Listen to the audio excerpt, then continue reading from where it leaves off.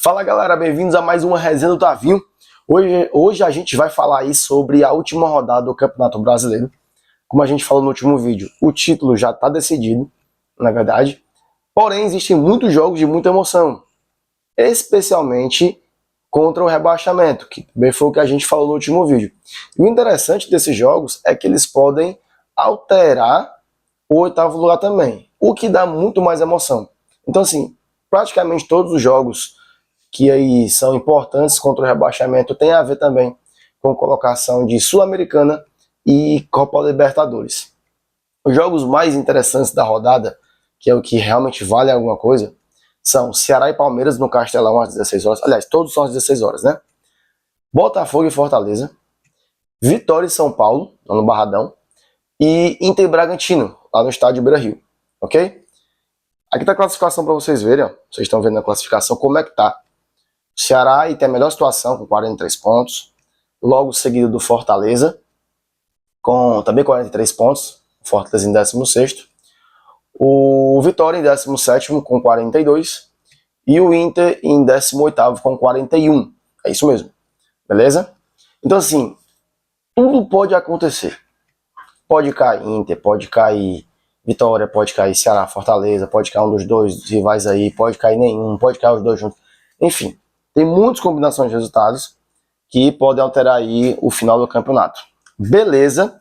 Ah, e o Santos? O Santos, gente, joga contra um Cruzeiro bem reserva, né? Tem 44 pontos, um empate praticamente aí salvo o Santos. Então, assim, vamos deixar o Santos de fora dessa briga, porque só mesmo um desastre muito grande para o Santos cair. Então, não vamos colocar na conta aqui, beleza?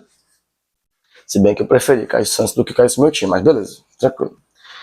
Vamos lá. Começar por Ceará e Palmeiras, beleza, pessoal? Teoricamente, né, as últimas notícias que tivemos é que o Palmeiras vem com um time bem reserva, né? A notícia de ontem à noite, de sexta-feira à noite, e até de sábado de manhã, só que pela madrugada de sábado, informava que o Palmeiras vinha com um time praticamente todo titular, né? Ou seja, tudo que ele tinha para jogar, fora alguns desfalques por suspensão, beleza? Porém, na viagem para Fortaleza hoje pela manhã, a situação foi outra, ok? 4 jogadores foram dispensados desse jogo. 4 jogadores titulares, ok? Gustavo Gomes, Murilo, Andreas Pereira e Vitor Roque. A defesa no meio do ataque. Esses jogadores foram dispensados dessa viagem, certo? Então eles não viajaram, não vão jogar, o que muda muita coisa. Fui aí ver a provável escalação do Palmeiras contra o Ceará. O Ceará agora tem uma vida mais fácil. Dos 4 é o que está mais folgado, né, assim, ou menos complicado. Mas aí eu fui ver e o provável Palmeiras amanhã é Carlos Miguel, Kelvin, Benedetti, Mikael e Jefté. No meio, Bruno Fux, Aníbal Moreno e Maurício. No ataque, Alan, Sousa e Flaco Lopes. Gente, esse é o time reserva do Palmeiras. Claro que tem alguns titulares aqui, né? Mas assim, é o time alternativo dos caras. É isso aí. Então assim, claro que pro torcedor do Ceará é muito bom saber que não vem o time principal. Mas assim, esse é o segundo time. O que não muda muita coisa, né? O Palmeiras vem jogando futebol pobre todo ano. Então amanhã pode ser mais o mesmo, é bola longa, bola na área, né?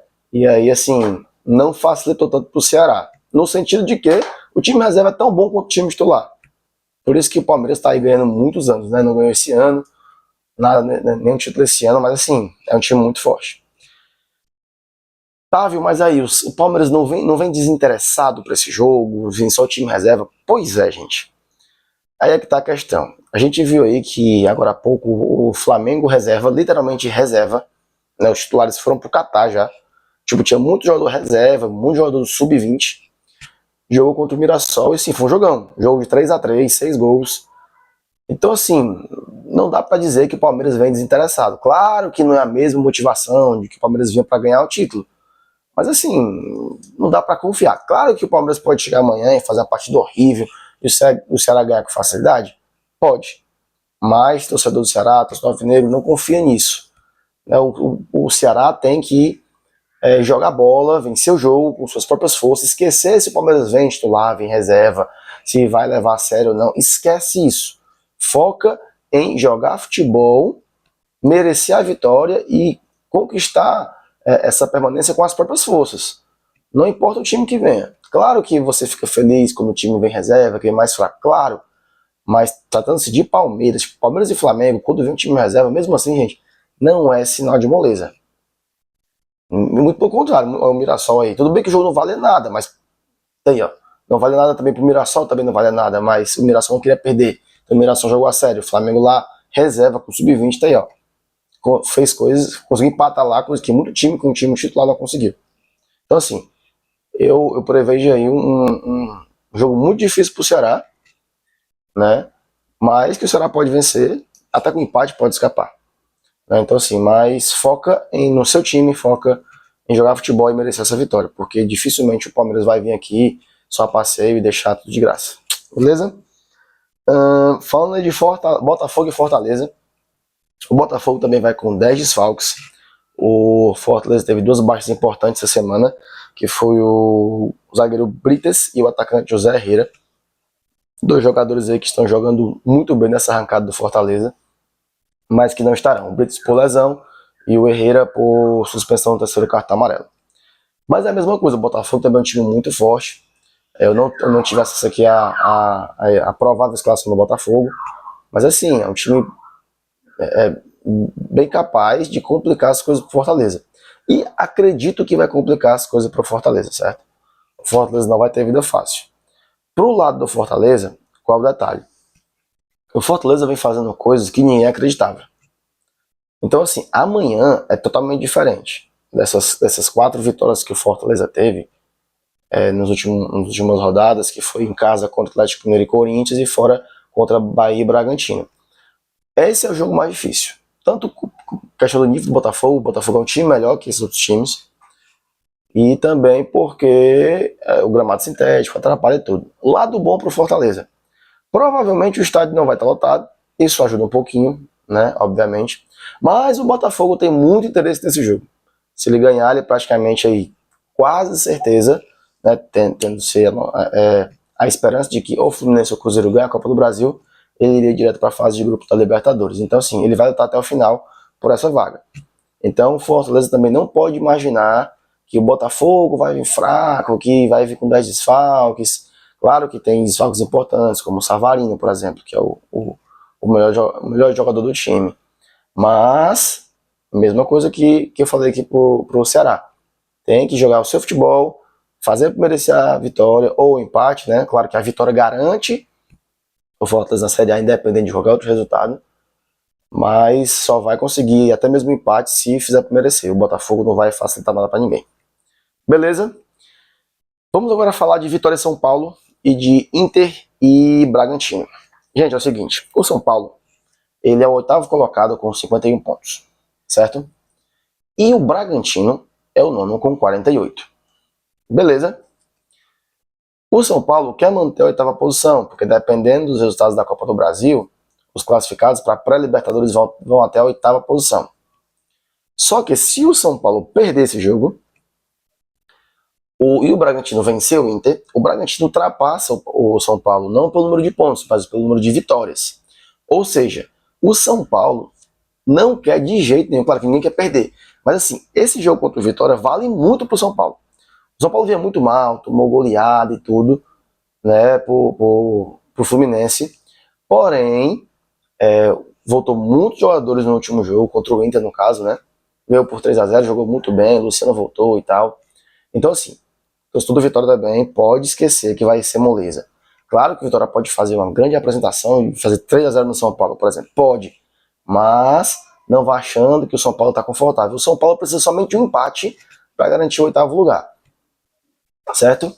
E esse empate do São Paulo, né, caso o São Paulo consiga empatar, já é suficiente para o Ceará e para o Fortaleza que o Vitória não ultrapasse eles. Beleza? Se o Vitória empatar, ele empata o número de pontos com o Fortaleza e Ceará, mas ele não ultrapassa nenhum dos dois. Então, esse empate para o Fortaleza e para o Ceará é ótimo, maravilhoso. Beleza?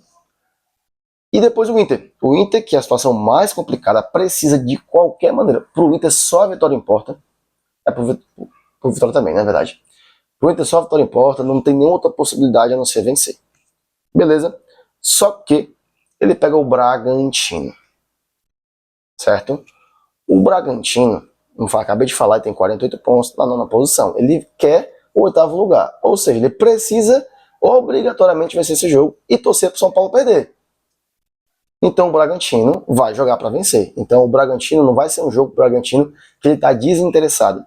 Inclusive o discurso dos jogadores do Bragantino desde a partida contra o Fortaleza é que eles precisam fazer mais pontos porque querem essa vaga para Libertadores.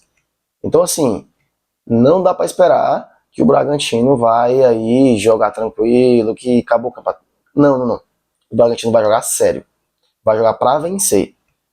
E precisa vencer, é a única maneira de ele conseguir essa vaga. Então assim, o Inter também, numa situação muito difícil, não vai ter vida fácil.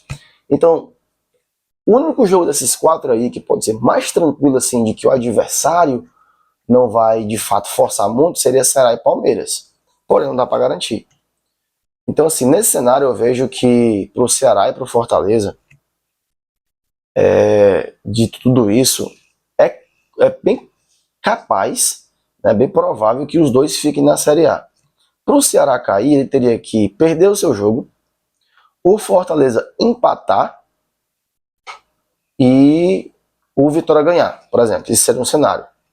Ou ele perder e o Inter ganhar, né, o Fortaleza empatar. Né, tipo assim, se o Ceará perder e o Fortaleza perder, tem a chance do Ceará cair também, caso o Inter e Vitória vençam.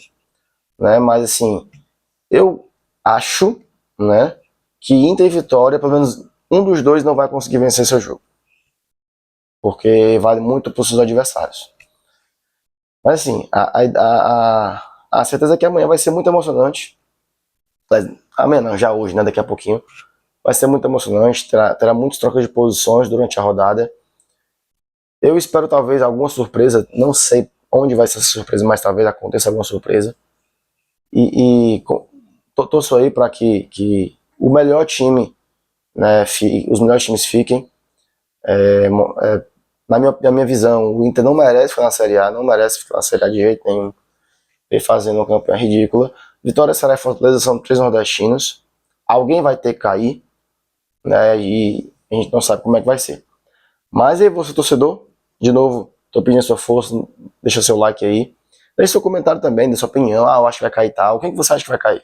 Será e Fortaleza? Inter e Vitória? Inter e Fortaleza? Vitória e Ceará? Vitória e Fortaleza? Ceará e Inter? Deixa no comentário a sua opinião, tá bom? Não esquece de deixar o like, se inscrever, ativar o sininho para as notificações, dar uma força para o nosso canal. Até mais, galera!